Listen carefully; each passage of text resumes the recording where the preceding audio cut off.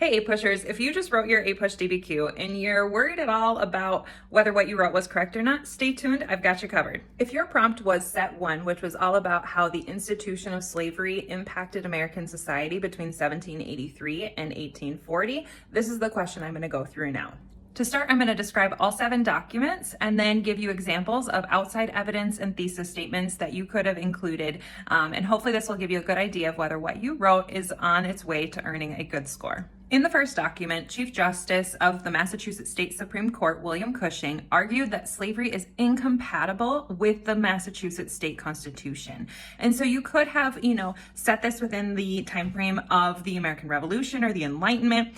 You could have talked about how the audience was the parties involved or the legal community or just Massachusetts public in general. Additionally, the purpose was to provide a legal justification against slavery.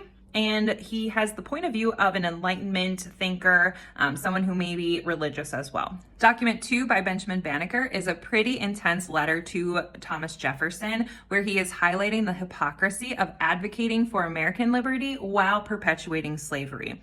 So again, the situation here could be the Enlightenment, the American Revolution. Obviously, the intended audience is Thomas Jefferson.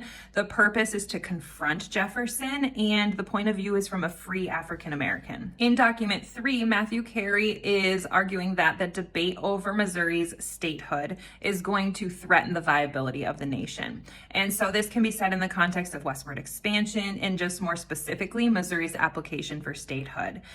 His audience would be the Pennsylvania readership, which likely many of whom were abolitionists. And the purpose is to kind of preview or forecast this volatility in the congressional debate over Missouri's statehood. His point of view is definitely to prioritize national unity and stability. In document 4, Richard Furman is providing the religious and biblical justifications for the institution of slavery. So this could be put in the context of the Market Revolution. You could also put it in the Missouri statehood application, also westward expansion. The members or the audience is going to be the members of the Baptist Church, and the purpose is to justify the continuation of slavery and to strengthen the arguments of pro-slavery advocates. And the point of view is of a Southern Baptist leader. In document 5, William Lloyd Garrison is condemning the involvement of New England in the slave trade. So this is happening during the Second Great Awakening, the Market Revolution. His readership is mostly abolitionists in New England, and the purpose is to expose and criticize Northerners who are profiting from the slave trade. So the point of view is from a Northerner or an abolitionist. In document 6, Jarena Lee is summarizing her experience at an anti-slavery society convention and how that was compelling her to join the abolitionist movement. This could definitely be set in the time period of the Second Great Awakenings and the reform movements. Audience would likely be abolitionists, and its purpose is mostly to document her personal journey and express her hope for spreading abolitionist ideas. Point of view is a Christian emphasis on the moral imperative of treating all people equally. Document 7 is an image from the American Anti-Slavery Almanac, which is portraying the paradox of freedom and oppression in New York State.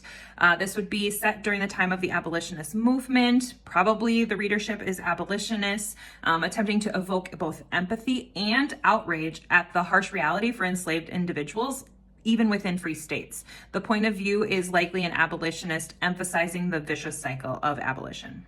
Or of enslavement. So I think there's several body paragraphs that you could have chosen as topics highlighting how the institution of slavery impacted society. So you could have talked about the economic impact, and I think both Carey and Garrison would have been good evidence to use from the documents there. I think a big paragraph that you would have had lots of evidence for would have been the religious or the moral debates that ensued over the institution of slavery. I think you could have used Cushing, Banneker, Carey, Furman, Garrison, and Lee. Political discourse was obviously impacted, and I think Banneker and Carey do a nice job there.